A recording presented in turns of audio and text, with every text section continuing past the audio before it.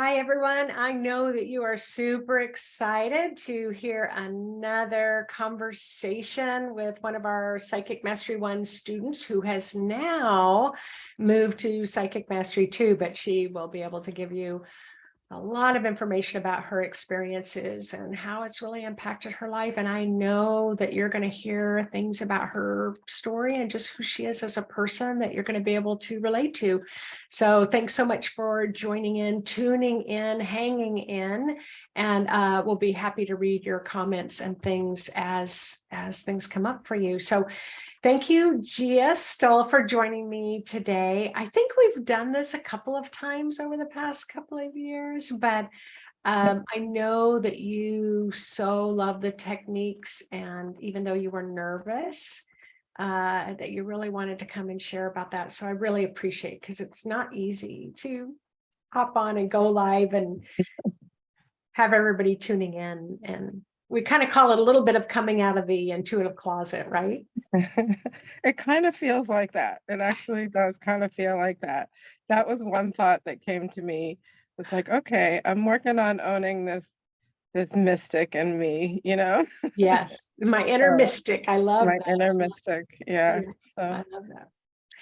So I like to hear about, yeah, did you think you were intuitive? Because the story that I share was, I think I definitely had pretty normal kind of curiosities like anybody else did. But then when I had that big shift in my life, a lot of stress, found meditation, that's when I felt like I kind of fell into it a little bit more.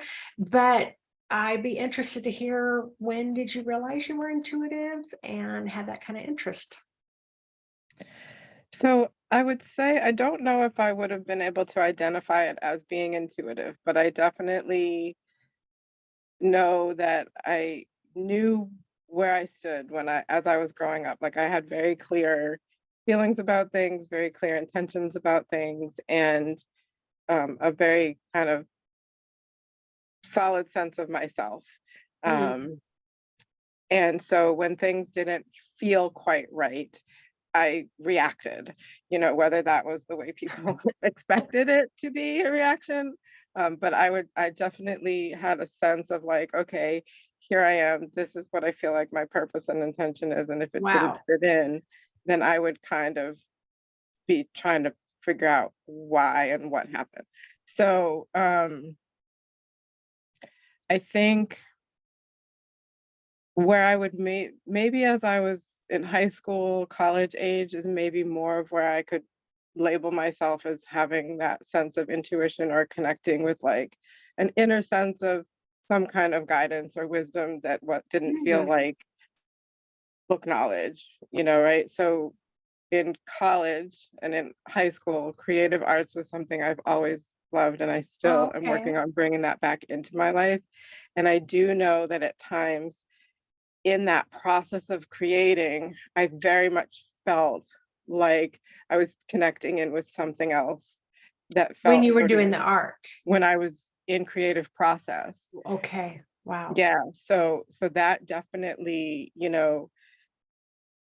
I definitely recognize that when I'm purely in my creative process and not tuned into anything else, there's something that I knew was coming through me in a way that I wouldn't really know how to necessarily describe, but I knew Mhm. it was just like when people say, "Oh, you're in the zone," or, Yeah. "Oh, you're in the Yeah, that's how they flow, you're in the describe it. flow, Yeah. you're in the zone," and so that's what I would attribute that to. In college, I went to the Museum School of Fine Arts in Boston, and I took a class on making welded steel, working with welded steel.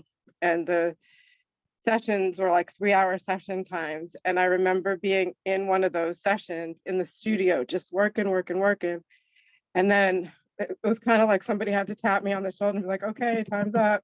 And then when I was finished, all of a sudden it was like, oh man, I'm really hungry. Oh man, I need to use the bathroom. Like all of a sudden it's like I'm back Wow. back to reality. Yeah. And so I kind of always knew that there's something in that sense, something beyond that. But I've also had experiences that are not like that are um, I don't know, connecting with spirit on the other side when I was And younger, otherworldly in the sense. otherworldly kind of experiences that as a child felt relatively matter of fact. But I think kind of was part of the foundation of not being too, um, being open to more than just this Mhm, third dimensional existence. mhm. But I don't know that I would have connected that with like intuition or Right, psychic ability. It just yeah, felt like what felt normal to me. yeah. So Now, so if I can ask, did you grow up, in a did you have like a religious structure foundation? Because it sounds like we've had conversations before where your mom was really pretty open to the way that you were, but um, did you have that structure of a spirit and God and angels and things like that? not not in the traditional sense that like we went to church every Sunday or that kind of thing. When we visited as children, when we visited our grandparents in Columbus, Ohio, Mhm. that's when we would like, okay, we're going to visit your grandparents. Then we know we were going to be going to church and Mhm. that kind of thing. We grew up with that understanding that there was reference to a God or a higher Mhm. a higher Mhm. power, a God Higher or a power, higher right? power. Um, but growing up, our parents did not, I was mostly raised by my mom. She didn't force us to really go to church. She shared with us her life experience and she wanted us to be able to decide what felt right for us, Oh, but okay. she also expected us to respect what our elders Yeah. wanted when we were interacting with them. And so there was always that sense of, respect your elders and honor your elders and stuff. So I tolerated the little frilly dresses sitting in church, Oh my God, I but I can't. couldn't wait to get out of those dresses. Like I just was like, oh my God, this is not me. I couldn't wait to put on my I would get my older brother's hand-me-downs a lot. And I didn't mind at Oh, all because I was such a tomboy. And then I could tomboy, climb the yeah, trees and just be out in nature and I wouldn't have to worry about getting my dress dirty and all that kind of stuff. So yeah. um, but I do still appreciate experiences that I've had in the context of a church. I've had some very profound, moving Yes, experiences in yeah, church, yeah, in that setting, in that sort of collective consciousness yeah, kind of setting of a church environment as an adult. I've had some very profound experiences. yeah. So, And I yeah. think the reason why, because sometimes, there can be some misconceptions around intuitive development when it comes to, you know, you still believe in a higher power. You still, it's a way of living. It's like a spiritual, intuitive way of living. Your spirit communicates to you through intuition. Your spirit says, hey, heads up, I want you to pay attention here. It's that, but it doesn't, you can still be very religious and be in the program at the same time because you still get Yeah, to express your own unique style, own unique way of connecting to the God of your heart. exactly. And I think one of the things that's really been wonderful through these programs is recognizing that true connectedness that we all are of the same. We're all connected. We're all connected, right? And then recognizing that that higher self is myself. Right. That higher self is that reflection of God or that higher self in me, that we're one and the same. And I think that still sometimes feels a little awkward relative to the references of how like I grew up, but like it's feeling, I'm wearing it a little more comfortably now Yeah. because I've had a lot of experiences because of this program and through this program where it's like, okay, yeah, that's what she's talking about. That's what that is. Yeah. Yeah. And and it's um, I don't, I feel like church is anywhere that you want to talk to that Exactly. higher Yeah. place. You don't Yeah. need that physical structure. It's everywhere. Yeah, you know? but some So, people, because the body loves tradition, like I have a mhm, very good friend who's very intuitive, and she's, and she loves her church, her physical human, loves the community, loves that tradition, but also being very intuitive. So for some reason that just really wanted to pop in here to make sure that that was said, because often people, it's like one or the other, and it's like, no, it's not. no, It's just whoever you are becoming in the program, or just becoming more yourself, and you get to choose and create the way you want to spiritually express yourself. So I know that your sister was in the program because she had a friend that was in the program, and then your mhm. sister was in the program. And so when she phoned you and said, "Hey, I'm in this program," how did she describe it to you? She said, "I have to tell you about something. I know you're gonna love it. Just hear me out for a second." And then she started talking about the Intuitive Mind program, and I can remember I started getting goosebumps talking to her because she was describing to me what sounded like the answers to the questions of me being able to connect the dots to things that I couldn't really explain. Oh, So wow. And she so it was helped her to understand a little better. Yeah, so she was describing what you do in this program, and I was like, "Oh my god, that sounds exactly like the next thing I'm looking for, like, to help explain and put context into these things that I've experienced in my life where it's like, I don't know why that happens, but that happens, or, Right. why does this work this way when I think it should be this Yeah. way?" Or, Yeah. and so and it has not disappointed at all. It's been every single emotion that I have known that exists, but at the same time, it's very exciting because it's like the little trail of breadcrumbs, and I keep picking Mhm. up another one, and then I'm led to another one, and it's always something that, um, once I get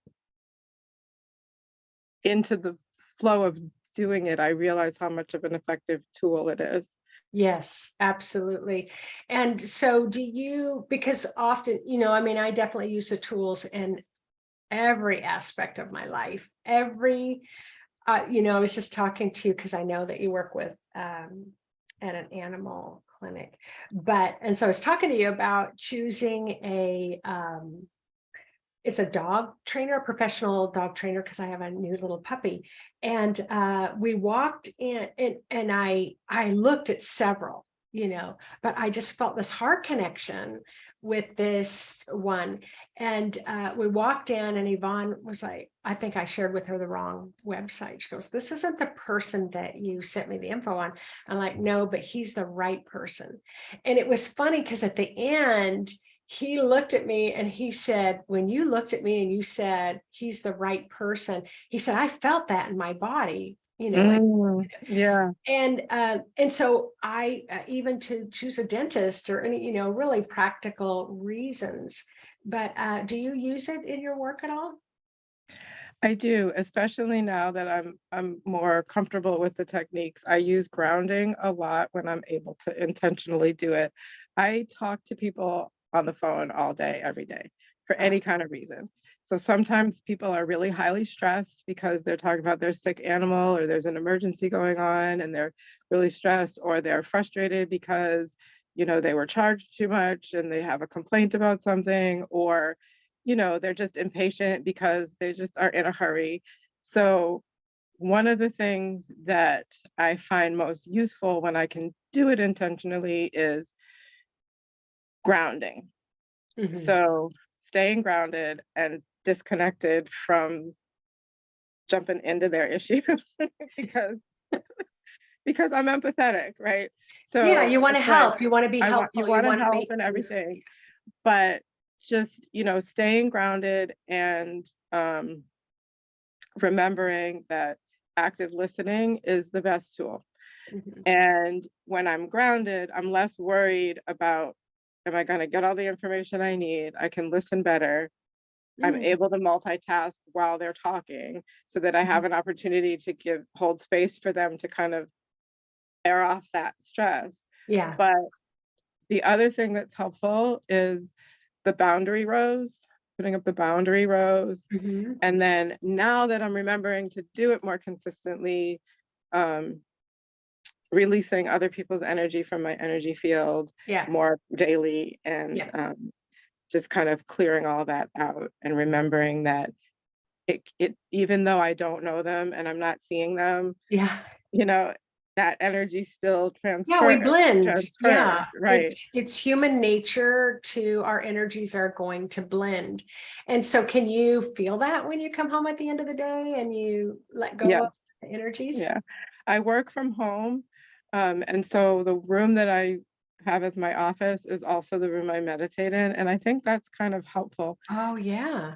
to be honest. At first, I thought it was kind of awkward, but um, I think it's helpful because my body almost feels like it has muscle memory in this room in Oh, terms of meditation and groundedness. And um, does it work every day all the time? Of course not.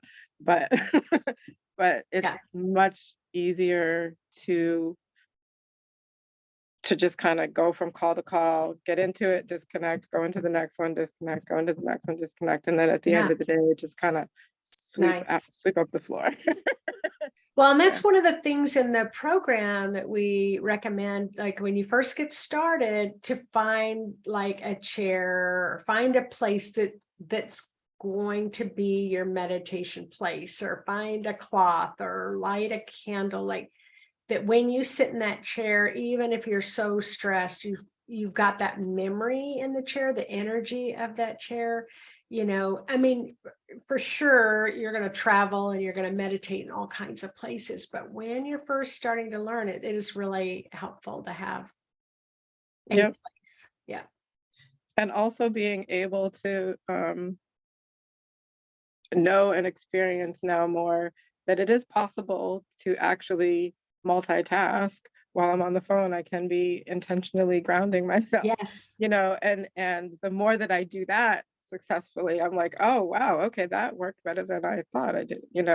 So it's just like gaining momentum on all of the experiences that have been successful. And what's also helpful is when we're working with you guys, like as our teachers, when you're able to point out what you're noticing at a certain moment so that I can recognize what that feels like, so that I can know what the adjustment feels Yeah. like that I'm needing to make.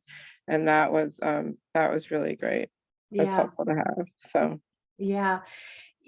Yeah, one of the things it happened last week to me, and someone was really upset about something, and they're just energy. They just were blowing their top, and they were yelling and things like that. And I heard my spirit, my higher self say, "This has nothing to do with you. This is something else is going on with their life, and if you can just be present, for them, that will be helpful." And to have intuition like that, to know, it's like, should I react, or should I argue, or does this have anything to do with me, or what's happening? That's how your spirit, your higher self, communicates to you, is through intuition. I was able to hear it, but in the beginning, I wasn't able to hear my spirit. mhm. In the Yeah. beginning, I couldn't feel my spirit. Um, and it took a lot, of cultivating to trust and not doubt myself so much. So what do you do with doubt? Do you still doubt yourself much? Wow, I don't doubt myself nearly as much as I used to. And as you were talking just then, my memories of growing up, it seemed like my battle was more of like,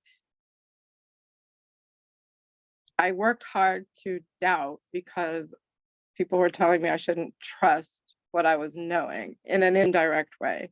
Yeah, So I was getting the intuitive hits pretty quickly, but my programming was like, oh, that can't possibly be true. yeah, That can't possibly be right. That can't possibly be it. How would I know that? Like, that's impossible.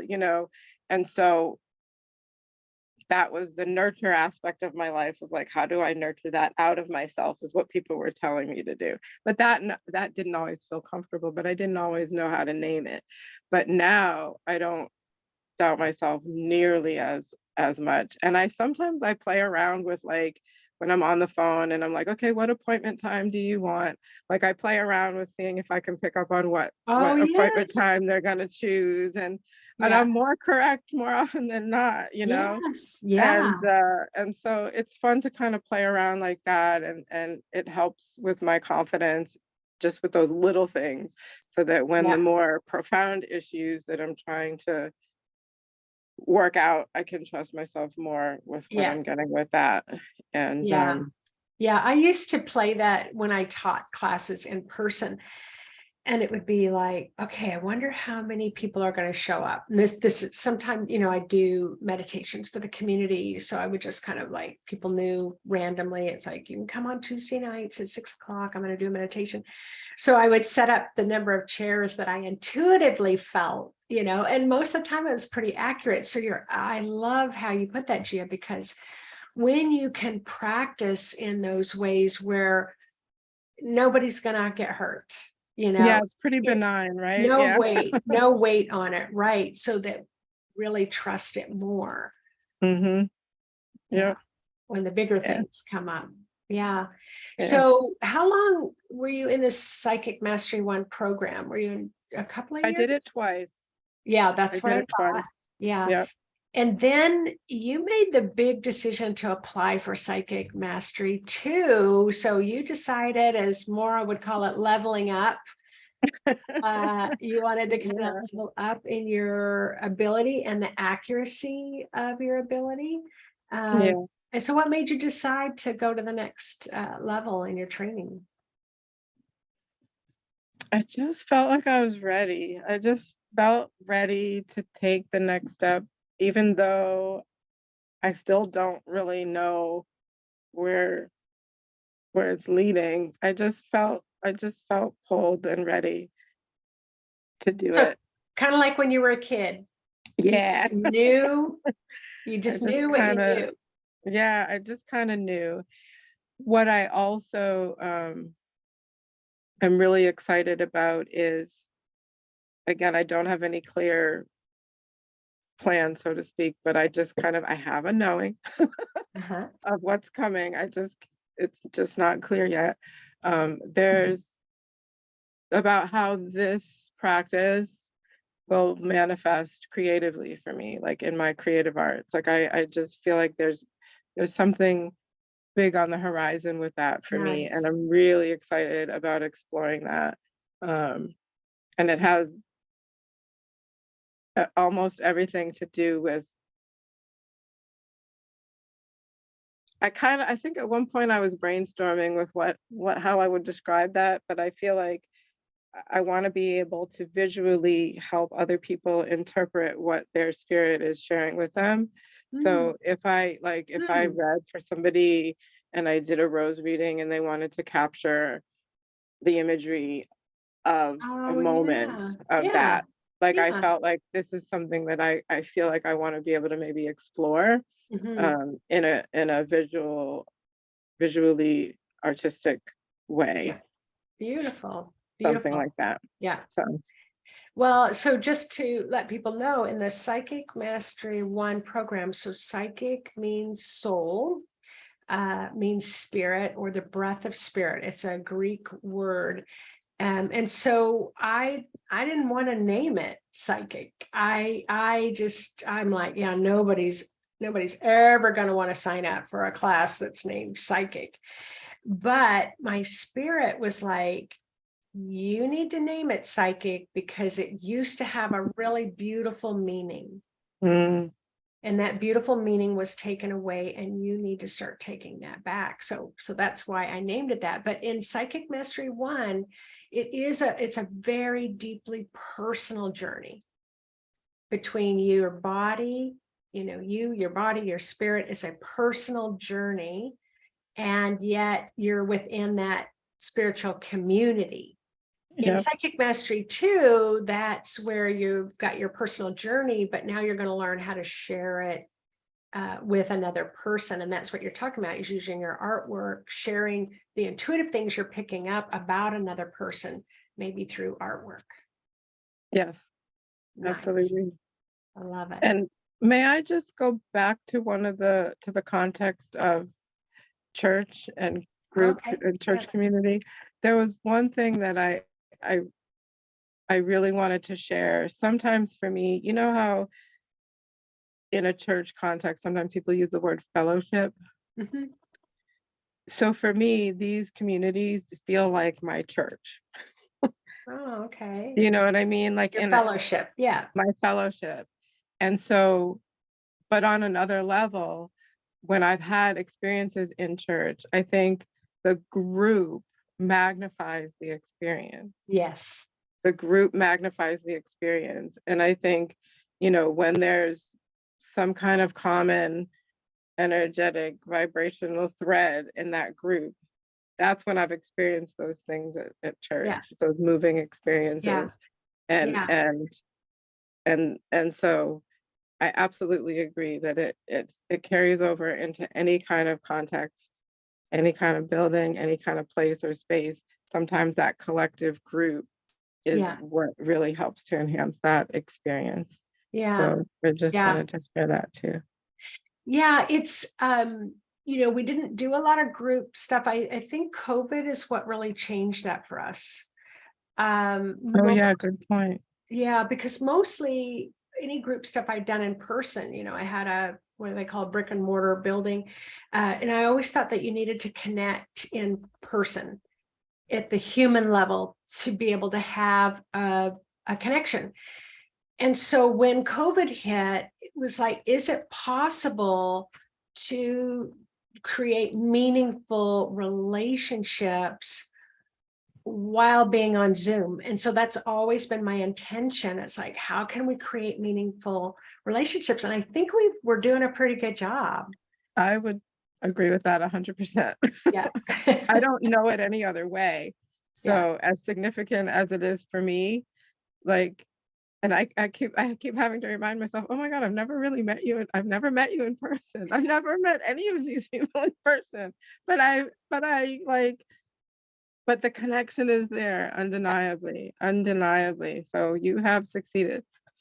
Oh, well, beautiful. And one of these days I do keep thinking about, we're going to do a big conference or something somewhere. We're going to fly in and we're just like, we won't even have to have classes or anything. We're just going to keep hugging each other because you're going Exactly. to get to meet all the other students that you've never met before. And oh my gosh, I can just see it now. So Kathy's always nudging me to do some type of retreat or something. So that'll be next on our list because we're getting further enough out from COVID. But as we're just kind of wrapping up here, is there anything else knowing? So we're doing we've had the 3-day masterclass, about who's driving your car and, about grounding and about, really adjusting your chakras when you're having panic attacks and anxiety. We're talking about intuition. But as the open enrollment is happening right now, is there anything that you want to share before we close out the call? I think I would say, if you're considering it, try not to overthink it and trust your gut feeling about it because um that's like that's what drew me.